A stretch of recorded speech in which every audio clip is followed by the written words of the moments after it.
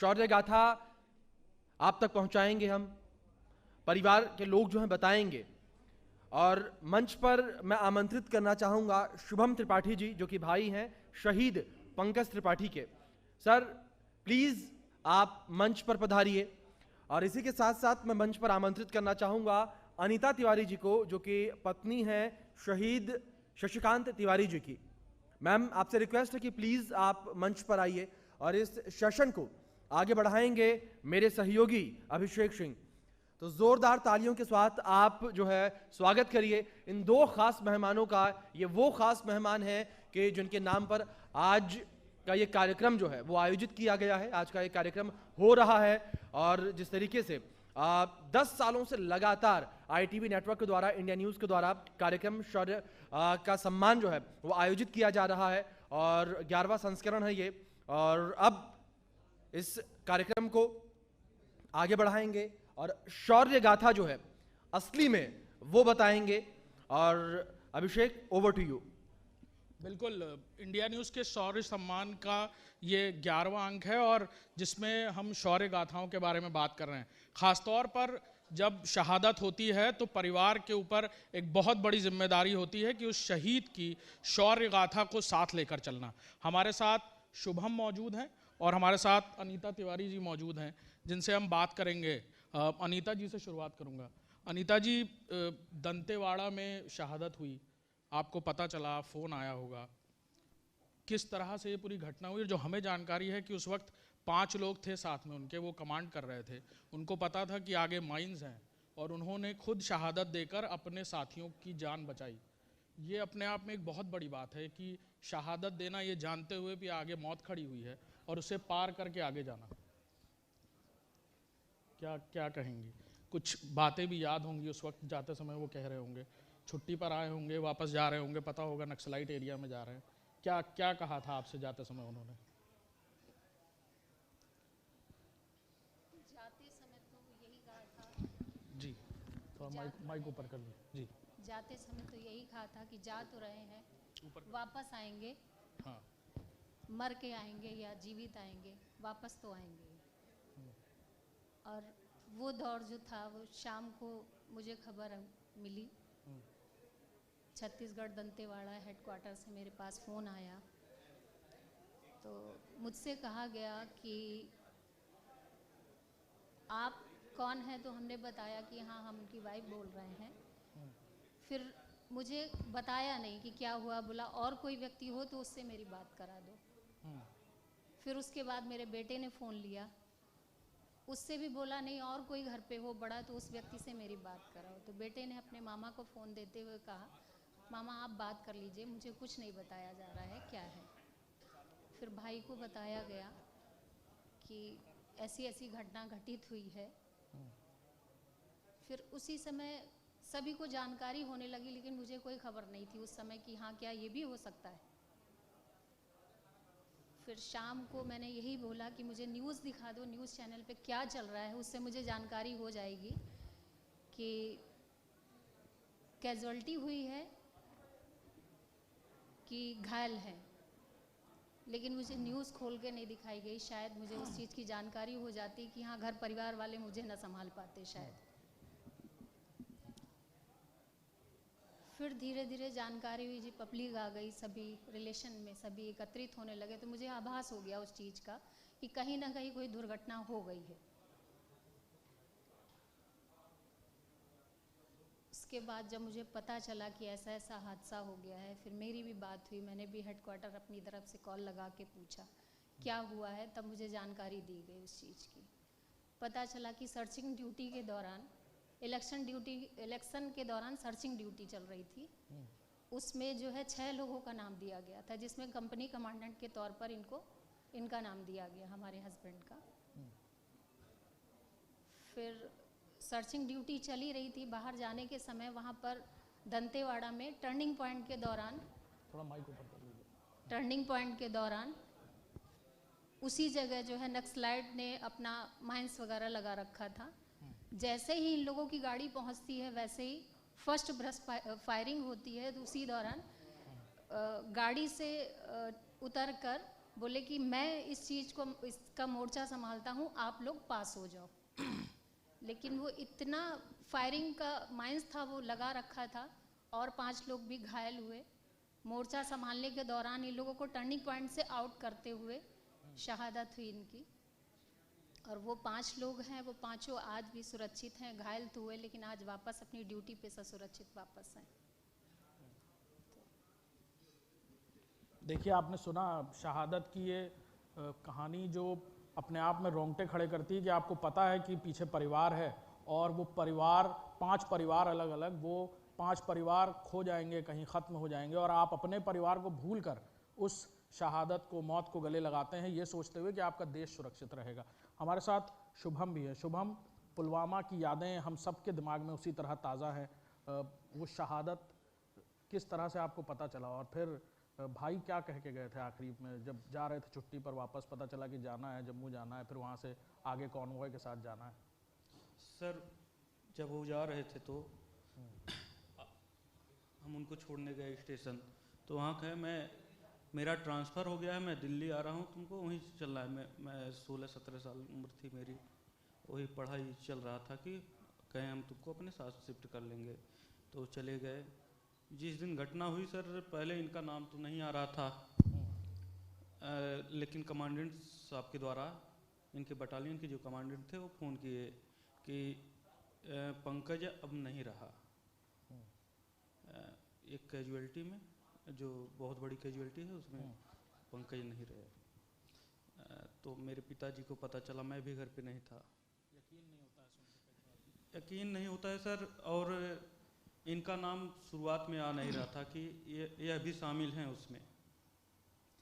कुछ समय बाद इनका नाम आया, और धीरे धीरे प्रशासनिक अफसर और सभी लोग घर पे जुटने लगे,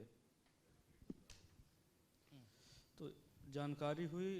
और सर कहते थे भाई कि आप भी जाओ फौज में, तैयारी करो, आप साथ रहने की कोशिश कर रहे थे, कह रहे थे साथ में रहना है भैया के, कहते थे आपसे कि तुम भी तैयारी करो। जी जी और फौज में जाओ। जी, मैं तैयारी कर रहा था सर। 2017-18 में मैं जब इंटरमीडिएट अपना क्लियर किया, तो एयरफोर्स में मेरा पेपर निकल चुका था। लेकिन हमारे भैया का जो सपना था कि सिविल सर्विसेज में जाओ तुम। सपने को पूरा करने की कोशिश कर रहे हैं आप? सपने को पूरा करने की कोशिश कर रहे थे सर, लेकिन भैया का जब डेथ हो गया तो परिवार में हमारे घटनाएं घटनी शुरू हो गई। मेरी माता जी जो थी वो बीमार रहने लगी, और कुछ समय बाद उनका भी डेथ हो गया, ब्रेन हेमरेज हो गया। पिताजी जो थे वो हार्ट के पेशेंट हो गए। अब परिवार में सर जो भी स्थिति परिस्थिति थी एकदम विपरीत हो गई। ये वो बातें हैं जो परिवार समझ सकता है। हम में से यहाँ बैठा हुआ वही वो समझ पाएगा, या शहीद का परिवार समझ पाएगा जिसने इसको खोया होगा। लेकिन आप जब जाते हो कहीं बाहर तो वो शौर्य गाथा आपके साथ चलती है आपके भाई की। लोग इज्जत से रास्ता छोड़ते होंगे, आप कहीं बाजार में जाते होंगे, किसी कार्यक्रम में जाते होंगे, लोग सम्मान में कुर्सी छोड़ते होंगे। महसूस होता है कि भाई ने इतना बड़ा शौर्य का बलिदान दिया, और आज हम उस शौर्य की कहानी को साथ लेकर चल रहे हैं। अब भैया की वजह से ही जो सम्मान मिलता है, उन्हीं के नाम पे हमारे परिवार को या सबको सम्मान मिलता है। गांव पूरा इलाका जानता है। और हमारा एक छोटा सा गांव है, उसको आज हमको लगता है पूरे भारत में सभी लोग जानते हैं, उन्हीं की वजह से जानते हैं। और हमारे गांव के और क्षेत्र के लोग बहुत गर्वान्वित महसूस करते हैं भैया के नाम पे। बिल्कुल। अनीता जी, 2 बच्चे हैं आपके, और जब जा रहे थे तो उन्होंने आपसे कहा था कि इनके लिए भी फौज में मुझे जगह बनानी है, बेटी के लिए भी बनानी है, बेटे के लिए भी बनानी है, उनको तैयारी वैसी करानी है कि मेरा नाम रोशन करेंगे। ये सब बातें आपसे कहते थे वो जाने से पहले भी? हाँ, सबसे पहला तो यही था कि हाँ, बच्चों को अच्छी एजुकेशन देनी है, जो कि आज मैं उन्हीं शब्दों का मैं आगे से आगे जो है पालन कर रही हूँ। बेटा मेरा इस समय वाजीराम में IAS की तैयारी कर रहा है। बेटी मेरी 9th क्लास में KVS उन्नाव डिस्ट्रिक्ट में है।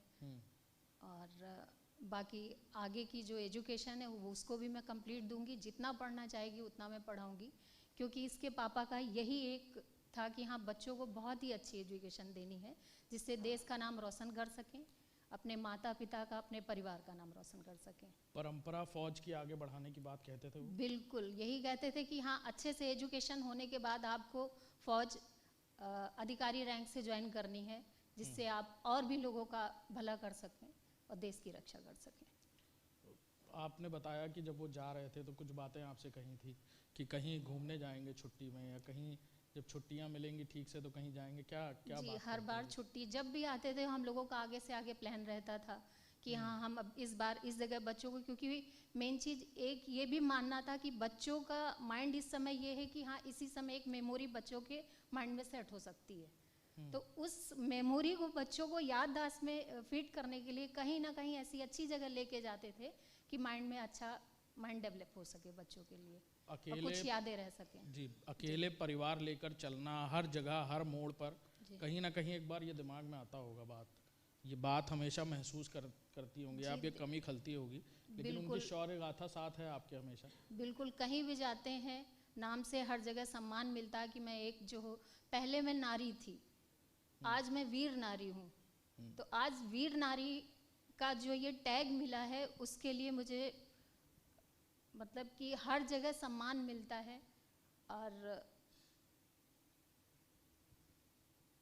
क्या ही बताऊँ, मैं निशब्द हूँ जो शब्द नहीं बोल सकती। मैं समझ सकता हूँ, ये जो बहुत सहजता से हम जिस बारे में बात कर रहे हैं, ये बात आपके लिए कहना कितना मुश्किल है। जी, अभी तो मैं बोल पा रही हूँ, आज मैं ITV के मंच पर बैठ के अपने शब्दों को सभी के सामने प्रस्तुत कर रही हूँ, हमारे लिए बहुत बड़ी बात है ये। बिल्कुल शुभम, कई बार कमी खलती होगी जब कहीं जाते होंगे, कहीं शादी में, किसी कार्यक्रम में, परिवार के किसी कार्यक्रम में, तो ये भी कमी कभी बार खलती होगी कि आज भाई होते साथ में तो ऐसा, या कुछ बातें ऐसी उन आंखों के सामने से निकलती होंगी जब वो कोई बात करता होगा उनकी कि भैया आज इतने साल हो गए, इतना वक्त हो गया गए। अब घर पे जो कोई भी कार्यक्रम पड़ता है, वो खुशी और उत्साह अब नहीं रह जाता है। परिवार का जो सदस्य होता है, हमारे परिवार के वही गार्जियंस थे। मेरे पिताजी किसान आदमी थे और बचपन से ही बहुत संघर्ष किए। हमारे बड़े भाई जो थे बहुत संघर्ष किए, गरीबी भी देखे, अपने सब कुछ किए। और वो ठंडी गर्मी हो या बरसात हो, सुबह दौड़ के घर का भी काम करके, हमेशा उनका एक ही टारगेट था बचपन से कि मुझे फौज में जाना है।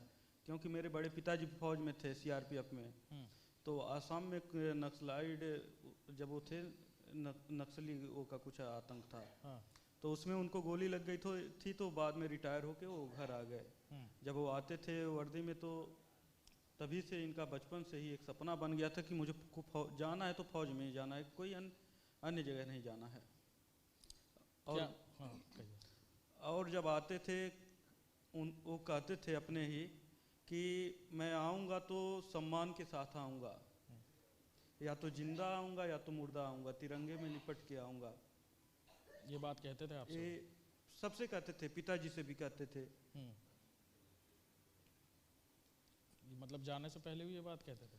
हाँ, जाने के पहले, आखिरी बार ड्यूटी जा रहे थे तो? हाँ, ये बात कह के गए थे। बिल्कुल। ये हम बात कर रहे थे शहीदों के परिवार से, और ये कहानियाँ थी उनकी जो आप सुन रहे हैं, ये शौर्य गाथाएं हैं जो वो अपने साथ लेकर चलते हैं, जो बताते हैं वो कि किस तरह से उनके परिवार में शहादत हुई और कैसे वो प्रेरणा का स्रोत बनते जा रहे हैं आने वाले उन लोगों के लिए जो अब फौज में हैं या फौज में काम कर रहे हैं, या कई बार शहादत की कहानियाँ आती रहती हैं सामने। उनके लिए क्या कहेंगे अनीता जी? शहादत की कहानियाँ सुन के तो हमारे बच्चे हैं, आने वाली जनरेशन है, वो प्रेरित होती है। और हम भी जब सुनते हैं तो बच्चों के माइंड में यही बातें डालते हैं कि हाँ, हमें फ़ौज ज्वाइन करनी चाहिए और किस तरीके से उस फ़ौज का पालन करना चाहिए। अगर हम फ़ौज में नहीं जाएंगे तो हमारे देश की रक्षा कैसे होगी। देश की रक्षा के लिए बच्चों को अच्छी से अच्छी कहानियों से प्रेरित करना चाहिए। और बस हम तो यही कहना चाहते हैं, शहीदों की चिताओं पर लगेंगे हर बरस मेले, वतन पर मिटने वालों का यही बाकी निशान होगा।